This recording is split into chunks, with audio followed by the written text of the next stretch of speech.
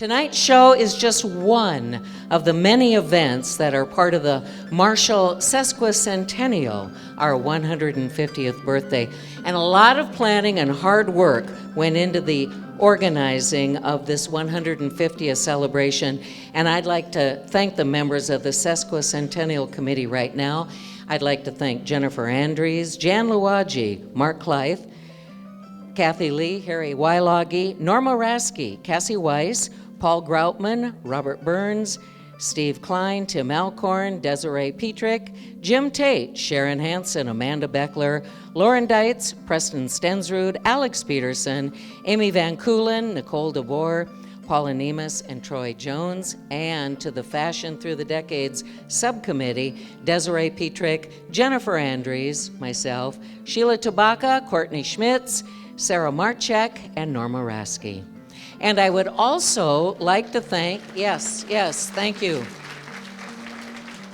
I'd also like to thank the Marshall High School National Honor Society for their good work researching the clothing through the decades and the impact that fashion had on society and society's impact on our clothing. So a round of applause for the National Honor Society at Marshall High School. Legendary fashion publicist Eleanor Lambert once observed fashion. It's history in fabric. It frames the time you live and the place you live and the mood of the people. So let's start our fashion journey of the decades from frills and laces and corsets to our favorite, double knit polyester. The early 1870s were characterized by bustles, square necklines, sleeves that flared at the wrist, jacket-style bodices, and the appearance of aprons, asymmetry and flounces, frills and ruffles. Women's gowns featured what was known as the princess line, which gained popularity in the 1870s. In this time frame, extreme restrictions were placed on women's bodies through the princess line corsetry, the large bustles, and the profuse trim. By the 1880s, women wore highly decorated and elaborate gowns with skirts that projected backwards and fell flat along the front of the woman's body. Bustle dresses of this period were frothy confections with layers of ruffles, pleats, and gathers. Also, the bodices created a higher than natural waistline and lower sloped shoulders. The princess line or princess dress was a fitted dress or other garment cut in long panels with a horizontal join or a separation at the waist. Instead of relying on darts to shape the garment, the fit was achieved with long seams known as princess seams and shaped patterns. The 1880s saw the return of the bustle, this time a hard shelf-like protrusion that projected from the back. It was often called the lobster tail bustle. Aesthetes argued for art's sake and adopted reform clothing. For women, aesthetic dress consisted of a dress with a loosely fit waist, puffed sleeves, and most importantly, often could be worn without a corset or heavy petticoat bustles. Before we start bringing out some of the items, some of the dresses from the collections that are on the mannequins, I do want to explain the reason they are on the mannequins. These gowns, these items are so delicate, so fragile that they actually cannot stand up to somebody taking them on, taking them off, trying them on, trying them off. By the 1890s, skirts were bell-shaped that fit smoothly over the hips, and small vertical puffs were used at the shoulders. The width of the top and the bottom of the dresses were balanced with a nipped waist, creating an hourglass effect. Women's hairstyle was generally arranged in neat chignons with soft curls in the front. Sportswear became very popular with the boom of bicycling. And the Gibson girl and the new woman became icons of the coming century. And Professor Sheila Tabaka from the SMSU Theater Program will be coming out onto the runway and showing us some of the items from the early 1900s and 1910. The Gibson Girl silhouette was still very popular in the the early 1900s, but at the same time, a more simplified, loose style of dressing arose. Modest dresses, bodies molded by corsets, and ostentatious ornamentation dominated women's fashion in the first decade of the century. Modesty was emphasized with day dresses, covering the body from top to bottom, and long sleeves covering the arms. Light colors were used to represent gracefulness. And by 1910, shapes and silhouettes were evolving. Boning in bodices was only used for support and not to alter the shape. Hobble skirts and panel skirts were popular. The hem of skirts rose to above the ankle. It was shocking. Modesty was still very important, thus many women's fashions featured long sleeves. So I brought a hobble bustle tonight, and if you were all wearing them, we would not all fit into this room. So this is from the 1890s, maybe a little bit earlier, and you can see the bustle in the backside, and also you can see how small of a distance women had to walk, and it would be getting smaller and smaller until they couldn't do it anymore, and then it started getting bigger and bigger, as fashion does do. But this is the hobble bustle, and this would be worn under these dresses if it could fit. Our dresses, these both are from our stock, and they are they're a little sad. Like Jan said, they really can't be worn by humans anymore, but they were at one point, and you can see this one, she's a little easier to move. It's really hard to hold this up. I got it. So this one, she is so small, I couldn't close the top. Couldn't close it. And this is wicker, and it moves, and I couldn't get it to close. And then she's got this skirt panel here that's pleated on this side, and this part over here is actually detached. And so, and this is a cape. So this comes off. Voila, I know. And the cape and the decoration on it is a burnt velvet. And so you may or may not know how to achieve that, but they did it by putting some kind of lace or some kind of texture down. They flipped the velvet over, and then they'd iron it, and then the pattern would get crushed onto the velvet. Yeah. And then this one, she's a little rough. So the skirt on the back is falling apart. And so it's kind of in pieces and starting to shred. And I'll turn it around so you can see it as well. On the back of the jacket, you can see that they've had to make it a little bit bigger because the original wear was even smaller than this. So they've put this panel in the back. So you can see it's a little different color back there. Really, really beautiful. And then the braiding along the bottom as well. And then these little espadrilles on the shoulder. Adorable. Really beautiful in its day, right? But you can see the skirt is falling apart. So I know, she's sad. Look at her go. Look how pretty she is when she walks away. And I think right about now, maybe let's play a little trivia. Let's see who's been paying attention, because I did drop a couple of hints. Okay, listen carefully. In the late 1870s, the first version of this invention was brought to life. However, women were not yet included in the fun of this revolutionary invention. When the more convenient safety version hit the market at the turn of the century, the world became infatuated, and it quickly blossomed into a common recreational pastime of the Edwardian age. Bloomers, loose corsets, and a new type of skirt were designed so women could enjoy this new form of recreation too. What was this recreational invention that we enjoy even today? Ooh, that's hard. I heard simultaneous answers. Well, my eye landed on Hippie Girl, so we're going with Hippie Girl. So Desiree, if there she goes. My eye landed on her. They all, I mean, like 15 people said it all at the same time, but you are correct.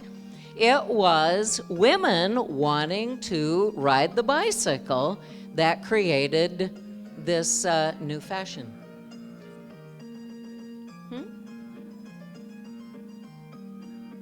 She just asked, would y'all be faster if you raise your hand rather than call out the answer? You're still at the mercy of how soon I see you, correct? Yeah. So, but you're all in this for the spirit of fun, right? So we're not having any wrestling matches or any, we're not going to have this go down as the 150th where there was a tussle at the fashion show. Okay. Good. After World War I, fashion quickly changed. Dresses became unfitted and simpler, dropping waists to hip level. As the decade went on, the lengths of skirts and dresses became much shorter, going as high as knee length, and sheer dresses started to become popular. The Great Depression did not stop glamour in the 1930s.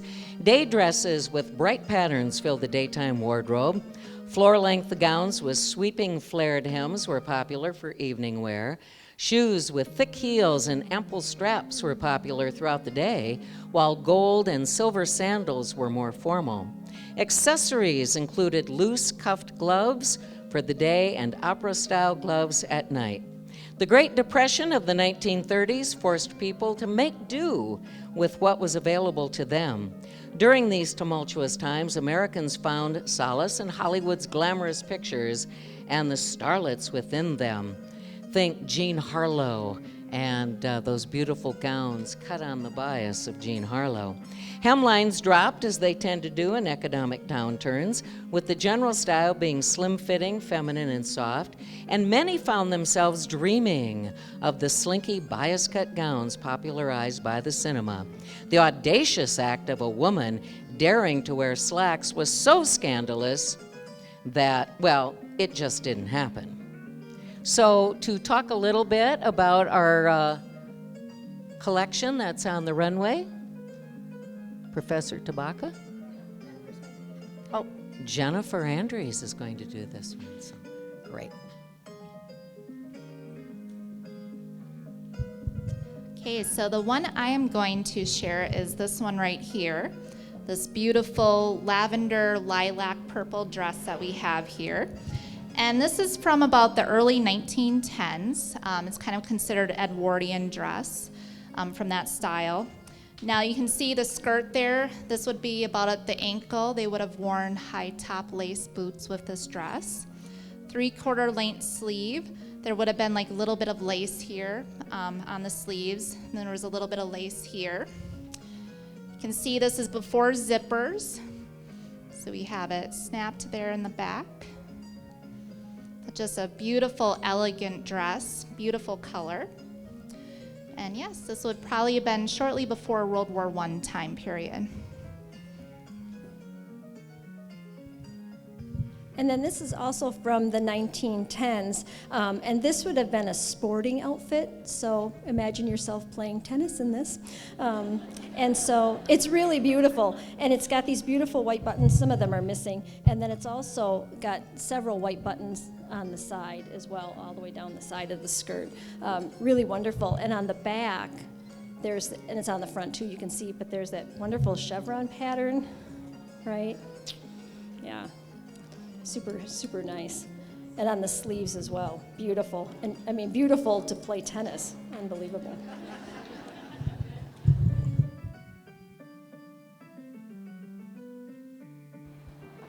And we actually have a real live model wearing our next piece out of the collection.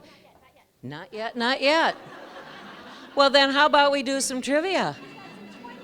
Oh, some 20s, okay. Great, because my trivia question is about the 20s. So, perfect, see. We rehearsed this. We meant to do it this way.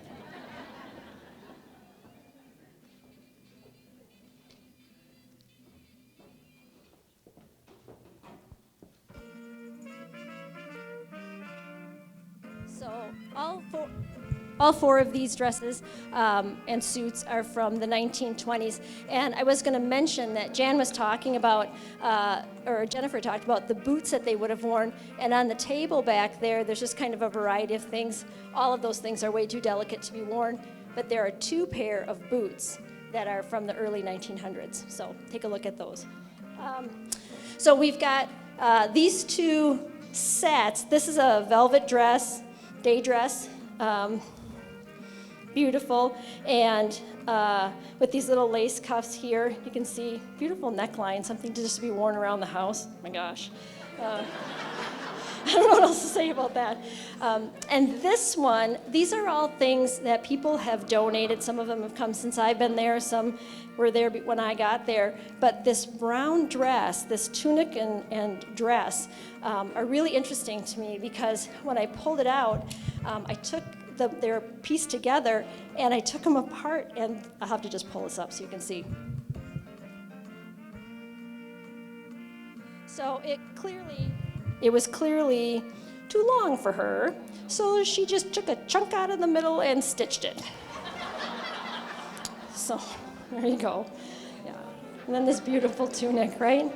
And I don't know, these, they don't talk, right? So we don't know the history. And was it purchased for someone and then it was handed down and they were shorter, but they wanted, who knows some of the secrets that these dresses hold.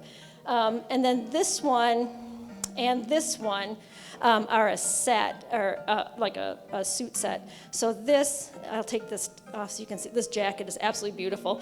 And if you get a chance when we're done and the dress forms are out, you should take a look at it. It's got these wonderful decorative pleats in the back with this, I don't know if you can see, it's beautiful, right?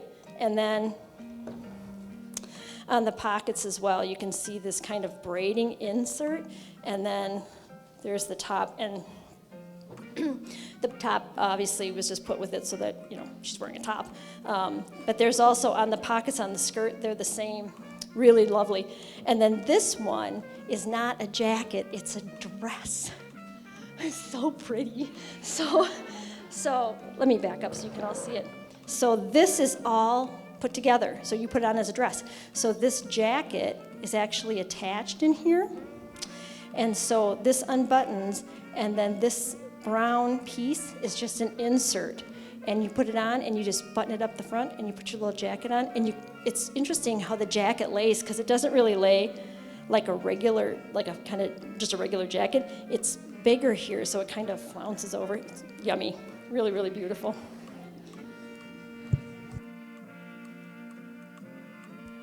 And as long as we're back in the 20s, although I got to mention, Sheila said something like these pieces of clothing don't talk, but I've been thinking to myself, if they could talk, what sort of stories do you think they could tell us?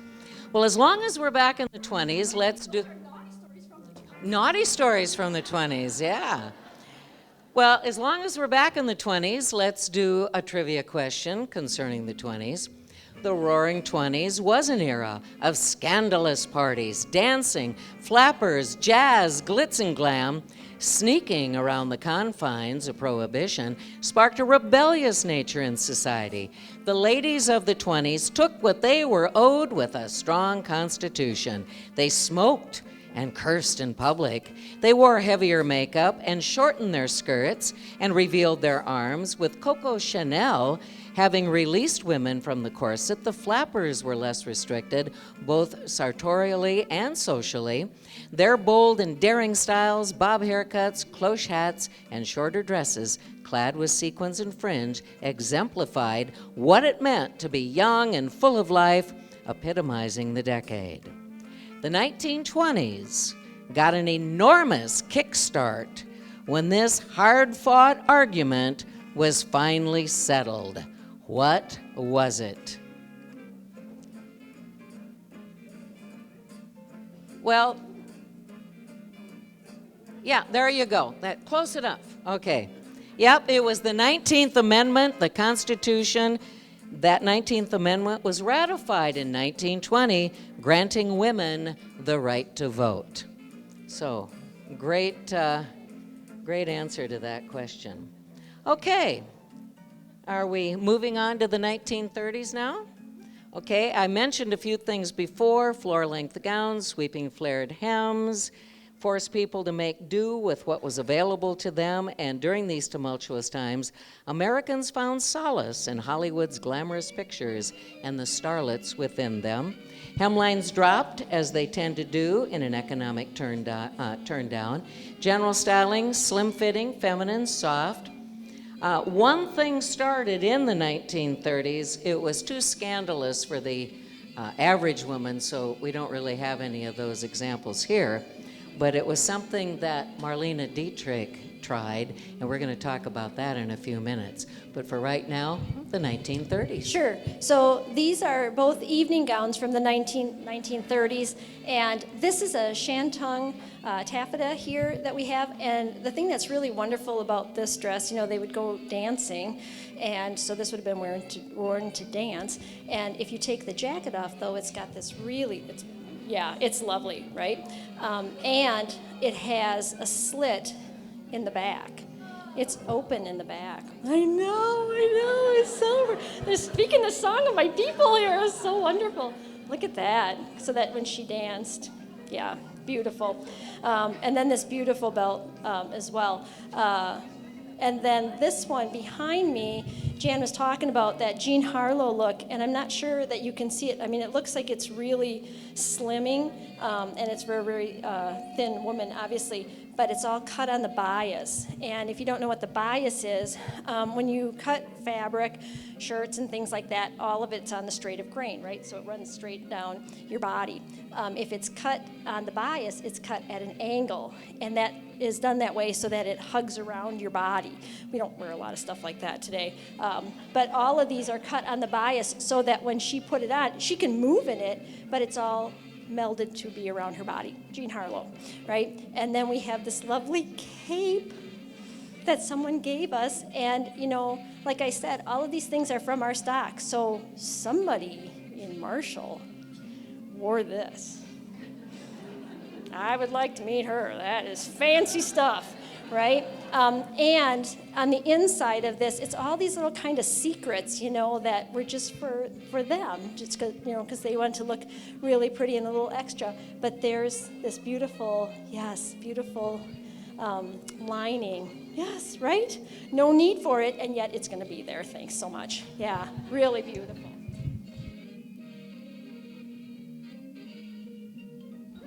And now, our real live model, as soon as we clear the runway.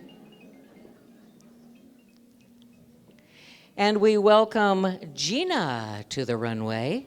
This is from the 1930s. A long black and white dress with a cowl neckline. Not just anybody can wear that dress. You look fabulous, Gina. Well, as long as we're in the 1930s, here's another trivia question about the 1930s.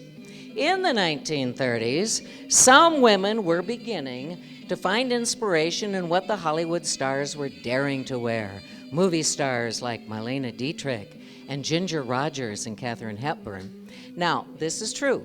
Marlene Dietrich was actually threatened with arrest for donning this in 1933. I'm going to give you a hint. Her audacity was so scandalous that she could have been arrested under the pretense that she could have been masquerading as a man. What did she have on?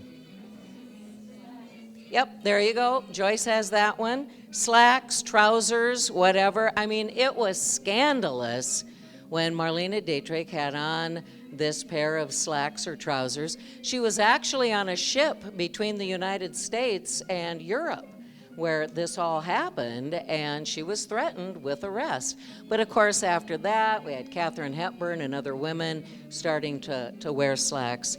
So it became much more popular and much more common by the end of the 1930s as women assumed roles in the workforce. In the 1940s, fashion was about creating an hourglass figure with other details like padded shoulders, nipped in high waist tops, and A-line skirts to the knee. Dresses were flattering with a modest puff sleeve top and a fitted waist. Buttoned shirtwaist dresses were charming and popular. The wedge shoe, slingback heels, platform shoes, and peep toe pumps were very popular.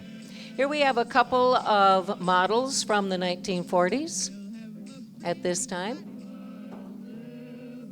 Oh, well, Sheila, go on out and grab that. Okay, I'll Talk go about that. I'm not the model. The last thing I said to all of them before we started this is, we're going to roll with the flow. If things don't go according to script, we're not going to worry about it. We're just going to roll with it.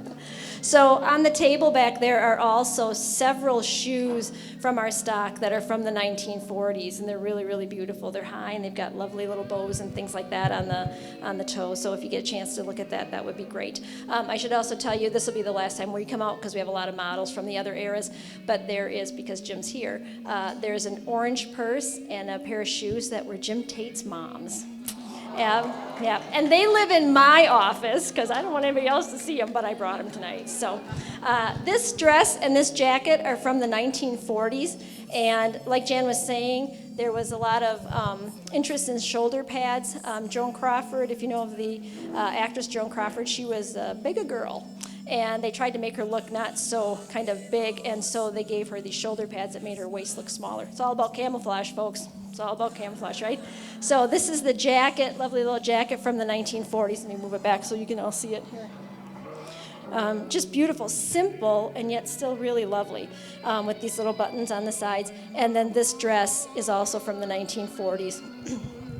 And we have a lot of dresses like this in stock, and you can tell if they're from the 1940s because they're all shorter, right? Because the dresses in the 1930s were longer, and then once World War II happened, they started rationing fabric, and so the skirts were a little shorter. And then this has some lovely little frog closures up on the top. So if you get a chance to look at that after the show, please do so. And also, I will tell you that this is the smallest dress form that we had. Jennifer brought it from the Historical Society. It's a tight fit. I can't close it on the side. I know. So she's got to wear a coat so you can't see. It's like Kim Kardashian at the Met. She's got to wear a shawl so you can't see her rear end.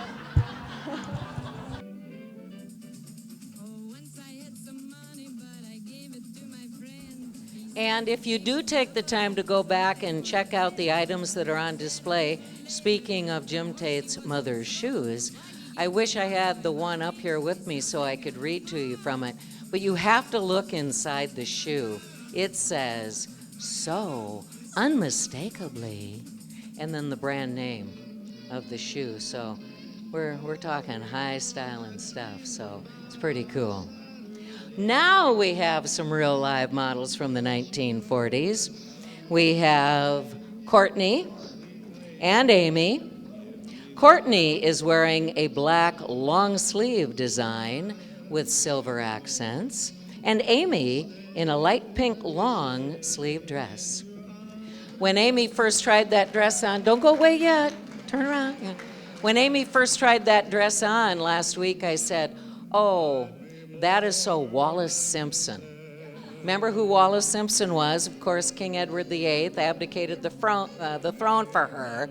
But every picture you ever see of Wallace Simpson, she seems to have a dress like that on. So that's my Wallace Simpson dress. So thank you, Courtney and Amy. Well, before we move on, let's just spend a little more time in the 1940s. Here's a trivia question for you. The iconic figure of Rosie the Riveter came to epitomize female patriotism and the modern-day working girl. Head wraps and turbans were worn out of protection so as to avoid getting one's hair caught in a machine. Now, in 1942, President Roosevelt installed the War Production Board, and with it came the L-85 legislation. This regulation measured and limited all facets of clothing, as Sheila mentioned, and the materials for the clothing. Nylon was yanked from the shelves to be used for military necessities.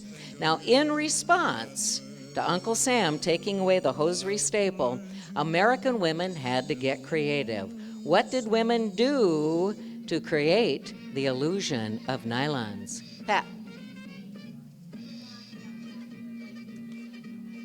Yep, that's exactly right. Some women had liquid or a cream that stained their legs but it stained their leg as a substitution for their beloved nylons. And then they would take like an eyeliner pencil or some sort of pencil, and they would actually draw up the back of their legs a faux line. Because you know, hosiery in those days had a back seam. So they would draw that faux seam for the illusion of stockings. Other women chose the more practical option of going for the masculine associated trouser. Really, by the 1940s, a lot of women, you know, especially if they were working in munitions factories and airplane factories, they were wearing the pants. But yeah, they used to do that. Okay, let's move on to the 1950s. In the 1950s, women were seen in tailored tweed dresses and ankle-length dinner dresses.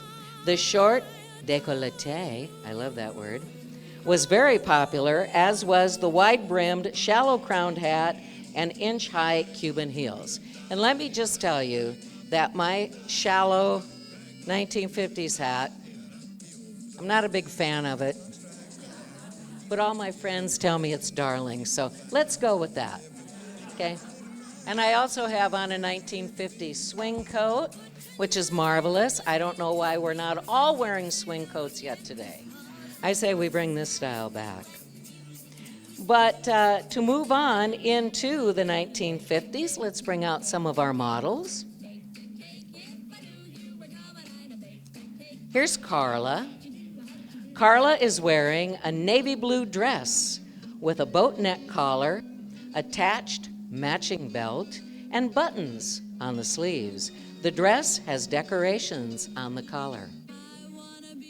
Details. A lot of these dresses are all about details.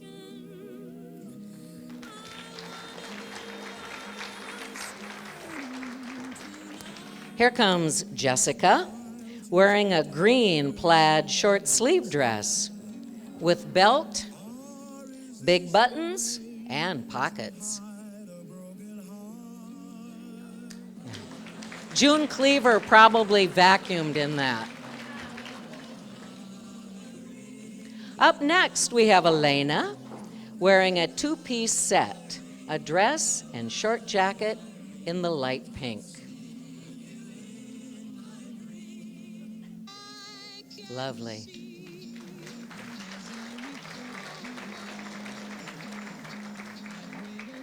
Up next, we have Gina. Gina is wearing a light pink sleeveless dress with mesh, ruffles, and black bows.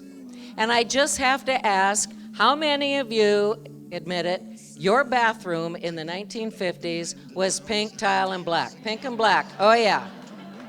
57 Chevys, pink and black, yeah. So pink and black was something. Wonderful, thank you, Gina. Courtney is next.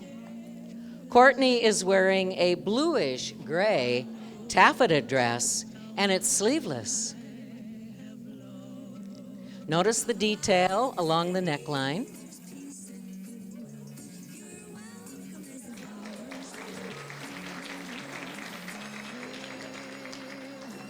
And next, you're gonna love this one. Here's Amy in a forest green color sleeveless dress with ruching and light mesh.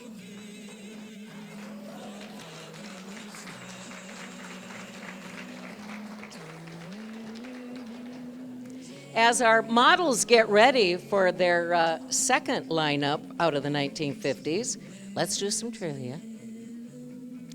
Now, I know someone in this audience, I don't know who, but I know someone in this audience has something like this in their closet at home. In the 1950s, this fun fashion, maybe more than any other, symbolized female fashions for the 50s. More than anything else, this fashion symbolized the birth and the development of rock and roll. Girls wore them everywhere, and a dance hall full of whirling, twirling girls was an amazing sight indeed. I can see the hands coming up. This fashion was usually worn with bobby socks and low-heeled shoes. Poodle skirt, yeah. So when I was doing my research for these questions, the question came up, well, why poodles?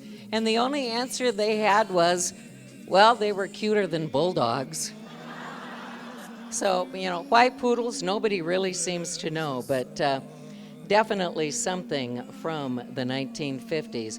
Probably a few poodle skirts were seen at the Blue Moon back in the day, right?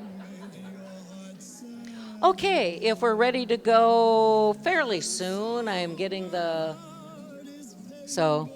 Anyway, I was reminiscing not too long ago, speaking of the 1950s and such. Remember when just about every little town had its own wooden ballroom around here? It was the Blue Moon. There was the Hollyhock down farther south, the Showboat in Lake Benton. And my mom and dad met at the Roof Garden Ballroom in Arnolds Park, Iowa. It was in the 40s during World War II, and they met. Sentimental Journey was their song. I owe my existence to Les Brown and his band of renown and his girl singer, Doris Day, singing Sentimental Journey. That was my mom and dad's song. All right, we're ready to continue on in the 1950s.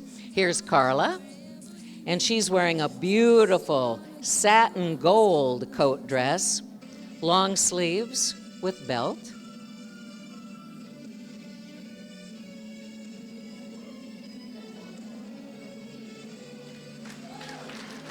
Thank you, Carla.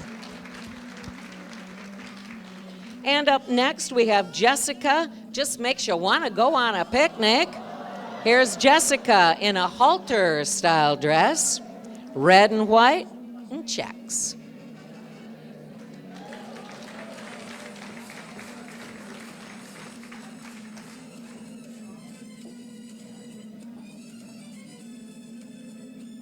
And Elena will be joining us soon. It takes longer to get into these older clothes. Okay, here's Elena, and she's wearing a short beige brocade dress with short sleeves. And this is the one that, oh yeah, look at that. Look at that. 2 dresses in one.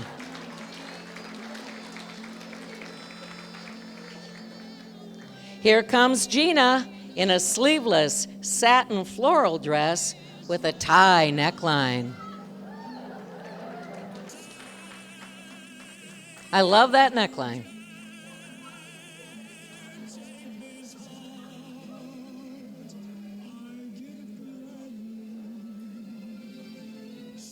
Thank you, Gina.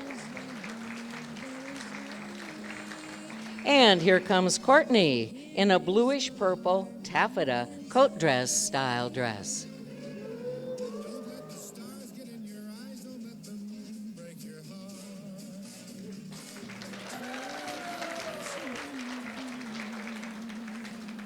Amy is with us now, and she's adorned in a light green satin dress with matching removable bow and skirt to attach to the back.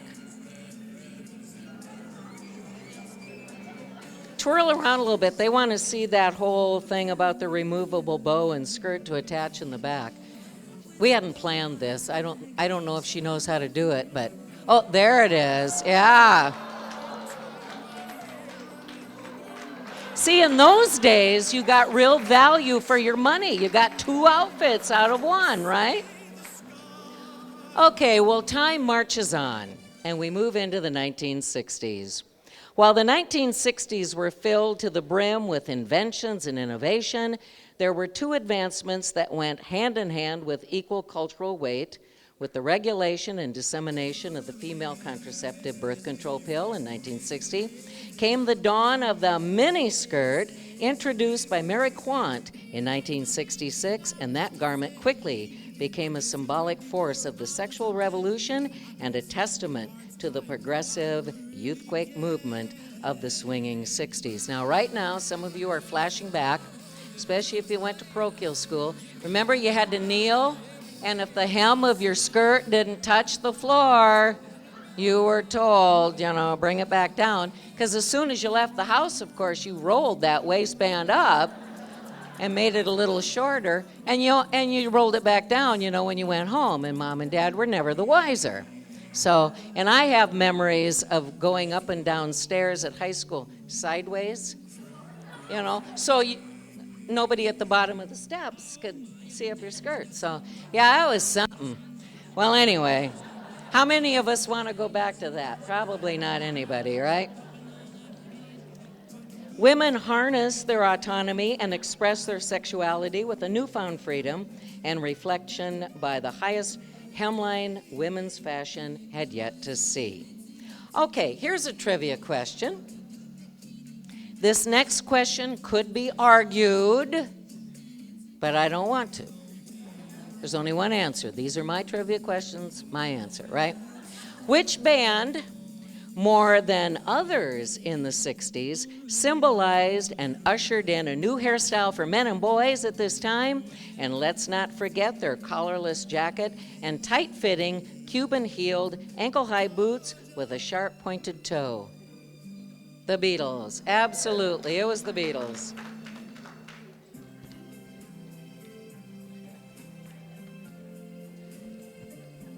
Can you believe the Beatles used to wear matching suits when they first came out on stage?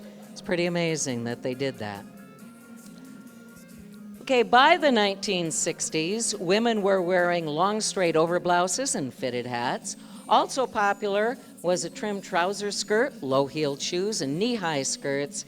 And by the late 1960s, skirts were much higher than knee length, as we've already mentioned. So let's go back to the 1960s. Here's Carla wearing a short yellow sleeveless dress.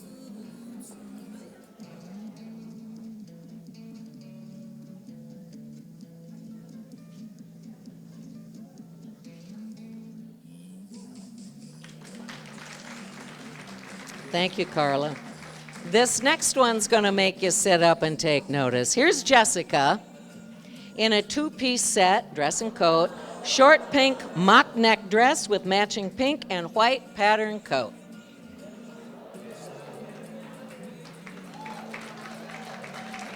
When we were pulling clothing from the collections last week, I pulled that one off the rack and I said, someone's wearing this one. I don't know who it's going to be, but I love this one. Somebody's got to wear it. Up next, we have Elena, and she's wearing a mod wool dress, charcoal gray with beige trim, buttons, and belt.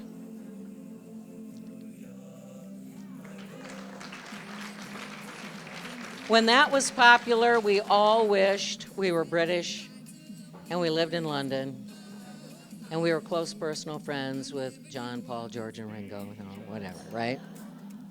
Up next, we have Gina, the short little black dress with bow. You could go anywhere with your basic black dress.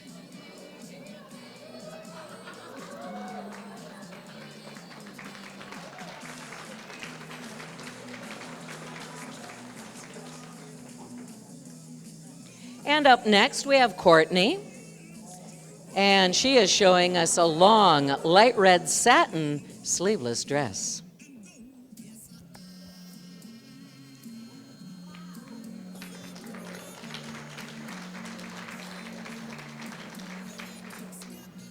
And here comes Amy in her short swing dress with gold background and colorful floral all over it. Hey, it was the 60s. It was the 60s, right?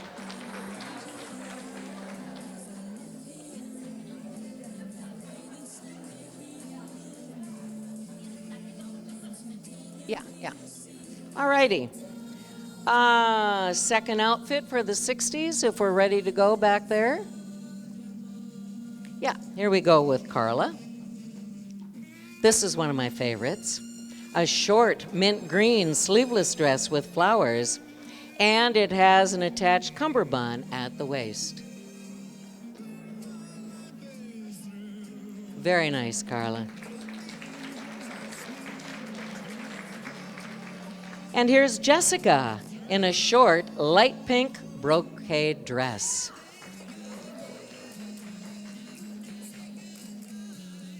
Very nice.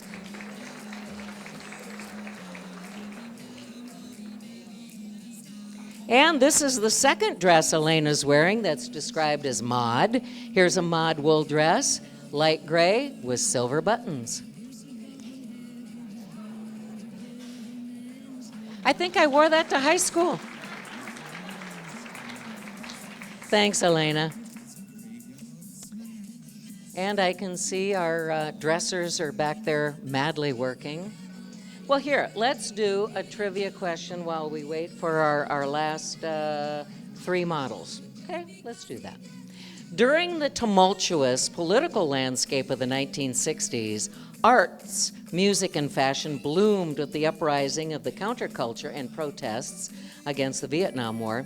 Specifically, the youth wore their hearts on their sleeves with their clothing, acting as an expression of one's political stance.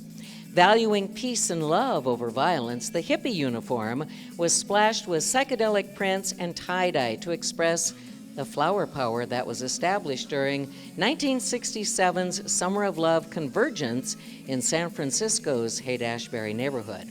The emulation of peaceful messaging through garb lasted throughout the rest of that decade to what music event in August of 1969?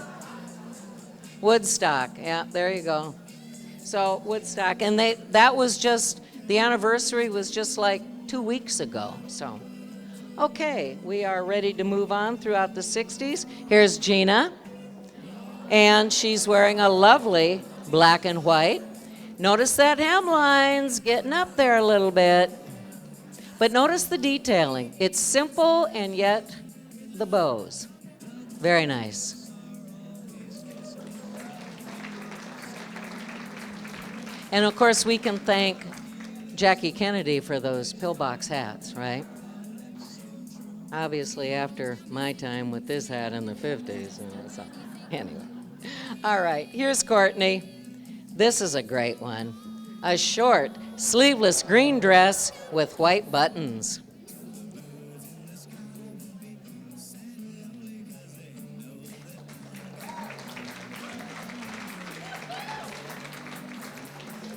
And here comes Amy in a short, long-sleeve wool dress with a Peter Pan collar.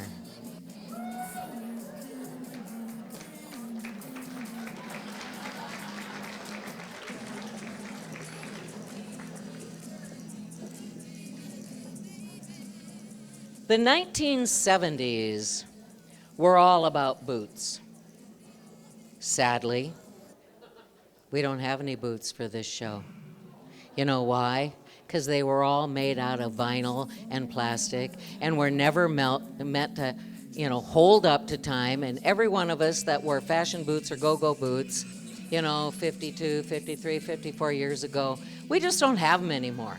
They did not stand up to the test of time, so we don't have any boots for this fashion show. But you can all imagine, and remember wearing them. So we don't have any boots. But also popular, pastels and naturals and vivid colors, sweater dresses were also high on the fashion list. So, going into the 1970s, here's Carla with a long, sleeveless, colorful striped dress.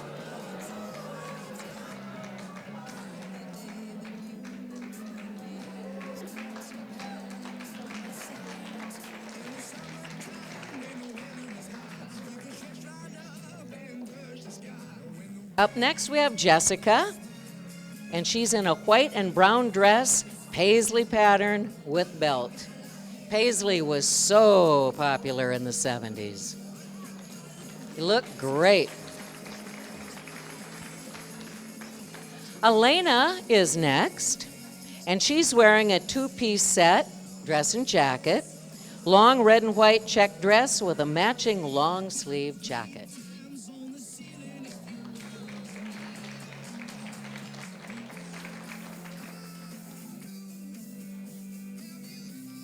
Well, we have a pause in our changing, so let's do another trivia question, right? This is from the 70s. I'll look over to this side of the room this time, since that side kind of seems to be winning the prizes, right? Okay. You're going to know this one pretty fast, but let me read the whole thing. This form of footwear was big news in the 1970s. Not only big news, but could be downright dangerous. Both men and women wore this footwear, and the style was seen everywhere. Word of caution, the higher you go, the farther you fall. Yes, the platform, yes. And both men and women wore platform shoes. I did some research on this, and this woman's describing how she didn't realize how short her husband was until after they were married and he stopped wearing platform shoes. And then, I don't know if this is a true story or not, but then she told the story about at the top of the church steps on their wedding day, they've just come down the aisle, they've just been married, and he sweeps her up and he's going to carry her down the steps of the church in his platform shoes, and he loses his balance, and you can imagine what happened after that. All right, here we are, continuing on. This is one of my favorites. I'm pretty sure I wore this to school too. Here's Gina in a wool long sleeve dress, plaid pattern with large white collar.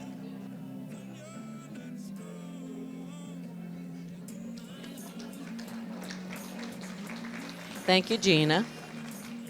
Here comes Courtney with a two-piece set, jacket and pants, lime green and white plaid, and lime green and white polka dot at the collar.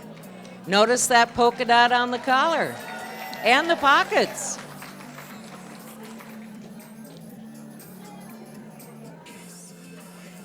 And here's Amy in a short, long-sleeve ivory crocheted dress with flower accents in front.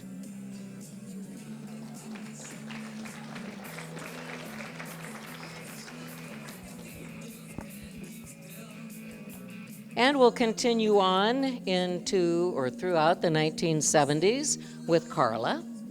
And Carla will be showing you a two-piece work business set. This is what you wore to the office: a jacket and skirt, taupe color, colorful striped accessory scarf.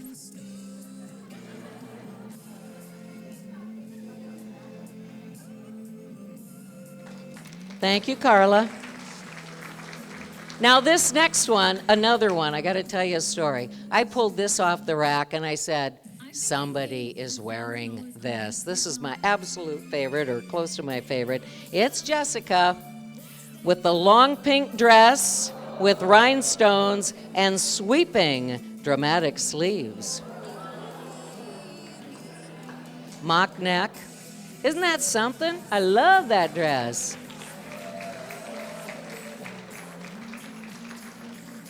Here's Elena, late 1960s, early 1970s, long sleeve, all over floral dress.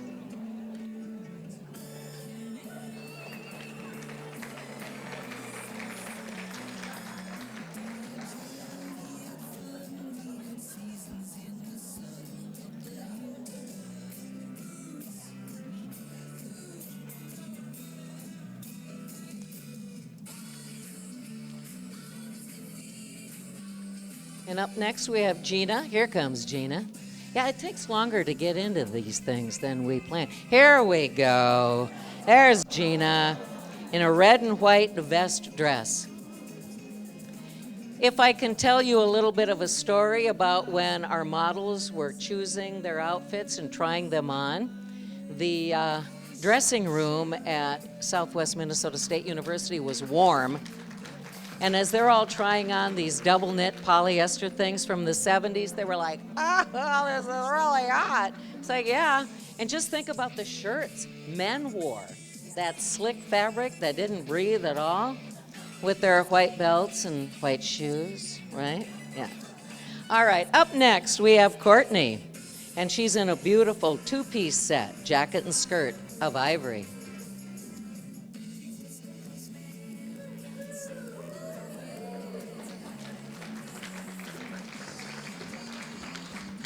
And finishing out the 1970s, here's Amy in a three-piece set, jacket, tunic, and pants, light green and pants with a long sleeve plaid jacket.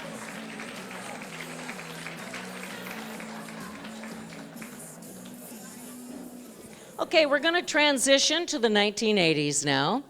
And some of you may remember the 1980s better than some of these other decades, or maybe not. You know, it just depends on what was going on. Let's do a bit of 80s trivia right now, okay?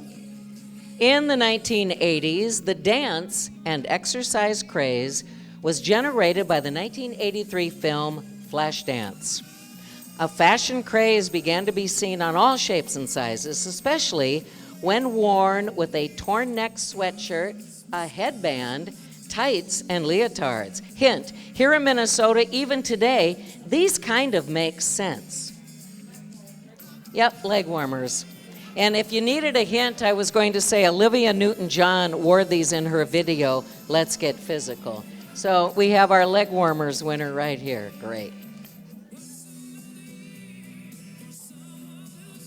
The 1980s embodied a time of economic prosperity and an accelerated drive for wealth amongst working class Americans. It was a time of excess and decadence where more was more and more was better and bigger was better. Shoulder pads were larger than life and oversized silhouettes were the norm. An overabundance of hairspray was used. That's when you wished you had stock in Aquanet, right? While brighter and bolder colors were favored in both the fashion and the beauty industries. These trends were reflected by the entertainment of the era, with shows like Dynasty promoting the over-the-top aesthetic. So if our models are ready to go into the 80s, we'll start with Carla. Carla is wearing a two-piece work business suit, blue and black houndstooth pattern.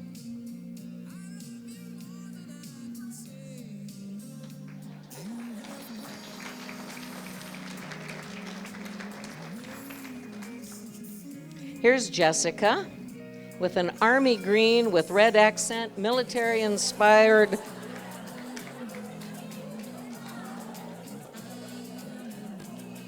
Yeah. Oh, that was the navy background with large floral all-over dress with matching belt. You knew that, right? You knew that, right? Okay.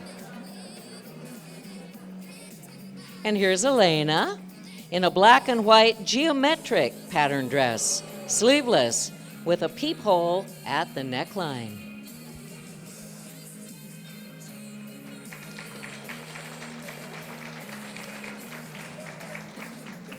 Another one of my favorites, here's Gina in a two-piece set, jacket and shorts, white and gold.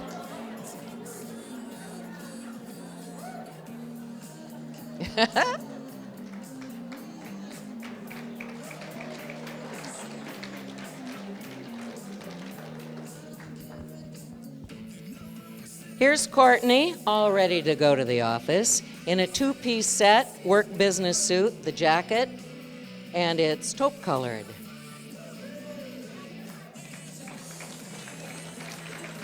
Apparently that had a skirt that went with it.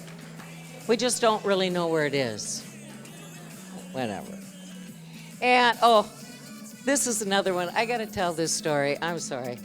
So when Amy tried this on, we said, you know, it's kind of big on you, but you have to wear it anyway, because does anything scream the 80s more than that? A two-piece set, shirt and skirt, large floral pattern, an ivory background, large buttons, and shoulder pads. Thanks for being such a good sport, Amy.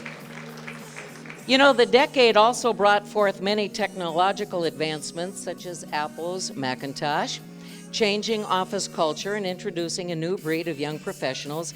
Power dressing became the expectation among men and women, climbing the corporate ladder. Oversized suiting, as we've seen, was preferred by both genders, often topped with even larger duster coats. And in the office, women were often seen in dress suits and pantyhose, but sneakers. Picture Melanie Griffin in Working Girl and they would have their professional clothing on, but because they had to commute and spend a lot of time getting to the office, they had on their sneakers. That was part of their daily commute. This business-centric dressing reflected the collective drive for success throughout the decade. And now let's continue on. Here's Carla in a black and white polka dot dress.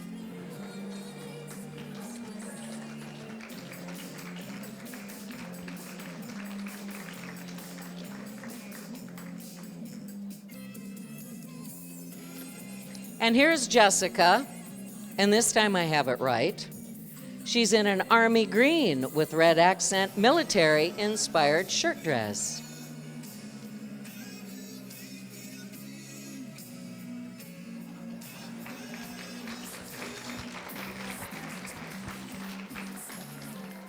This next is Darling. Here's Elena in a light blue denim dress, short sleeve t-shirt style on top, light denim long skirt with an attached matching light blue vest.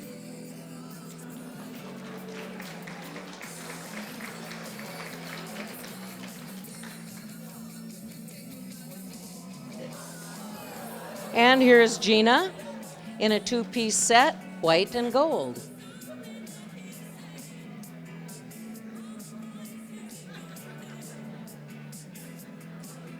Doesn't it look like she's going to go for a cruise on the Love Boat or something? Right.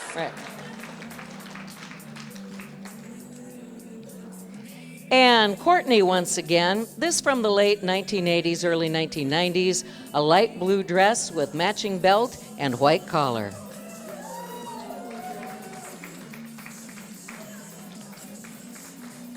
Thank you, Courtney. And here comes Amy. She's all about paisley. In a short paisley dress with matching removable cummerbund belt.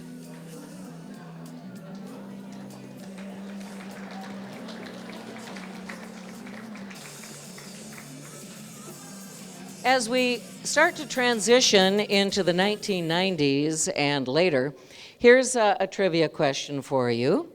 1990s. This era ushered in, for some younger people, the exact opposite in fashion from the weird and startling fashions of the 1980s. The look and the music genre that came in during this time was known by which single word? Here's a hint. Thank you, Seattle, Washington. Where'd that come from? Okay, there you go. Grunge, yeah, the one. Grunge. Whole new type of music, and Kurt Cobain and that bunch, and they rebelled against the look of the 1980s. So grunge was the answer for that. At this time, our models are contemplating what they would like to come back out and show you.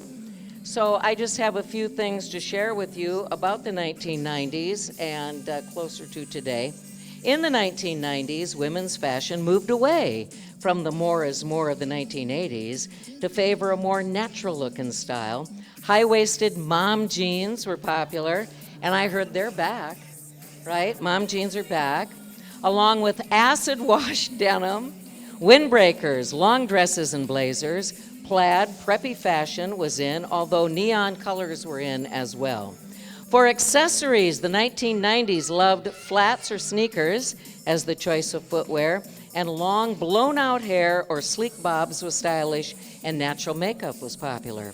As we moved into the 2000s, the most popular clothing items included blazers, halter tops, shrug sweaters, track suits, and baby tees, cropped tee shirts. And if I can just tell you a quick story, professor out at SMSU, I'm teaching fundamentals of public speaking, and I had to sit right in the middle, front row, front desk, and this young woman was right in front of me giving a speech. And she had one of those tops on.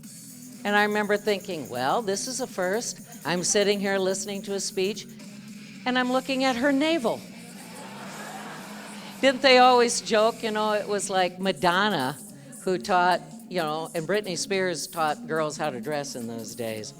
But that type of thing was very popular. Layering was immensely stylish at this time. For example, a tank top over a t-shirt or a skirt over the jeans. And accessories were also the rage in the 2000s with headbands, hair clips, and chunky highlights became stylish.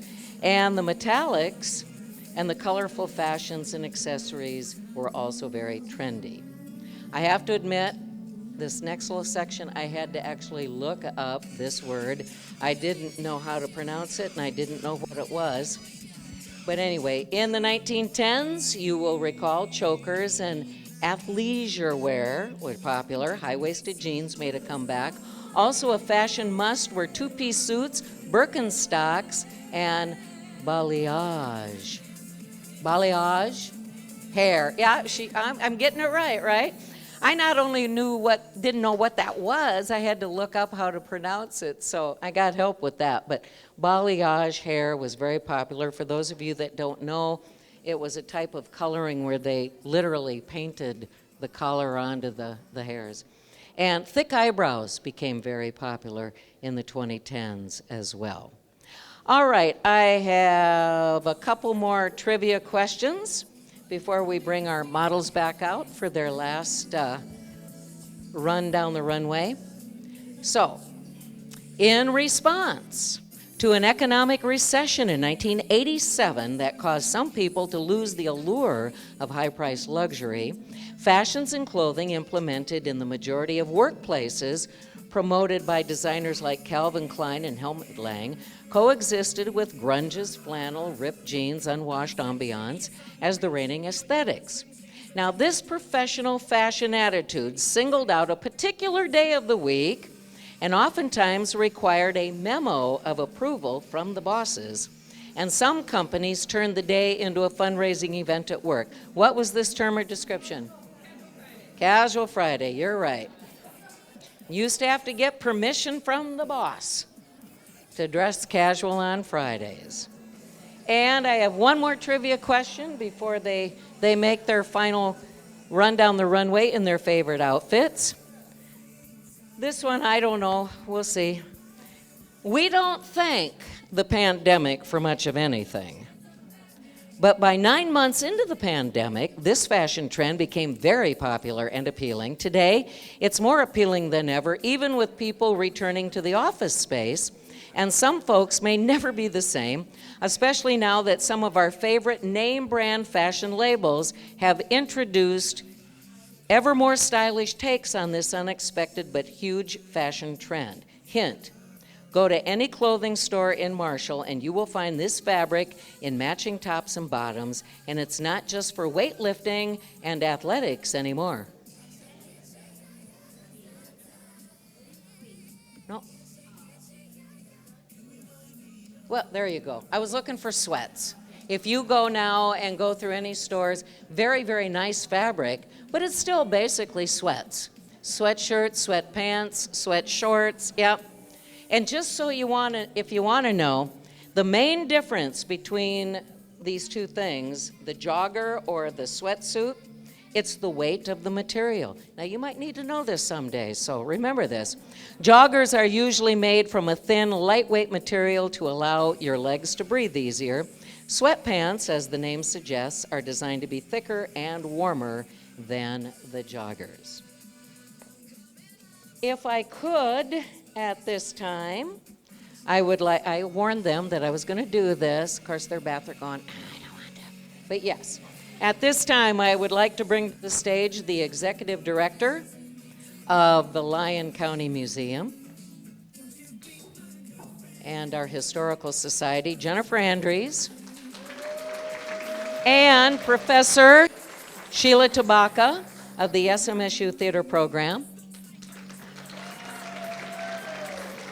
Jennifer and Sheila were absolutely instrumental in pulling together the fashions from the museum's collection and the SMSU Theater's collection. And I also want to give a special thank you to Desiree Petrick back there for her oversight of tonight's event. From the early brainstorming start to a very, very successful evening, I want to thank Studio One for being with us tonight. And I want to thank my sound man back there, Mark Foken, for changing the music as we move from one decade to the next. So thank you to all of them. And now I'm going to invite our models back for their very favorite outfits that they had on during the show. So come on out and let's give them a round of applause.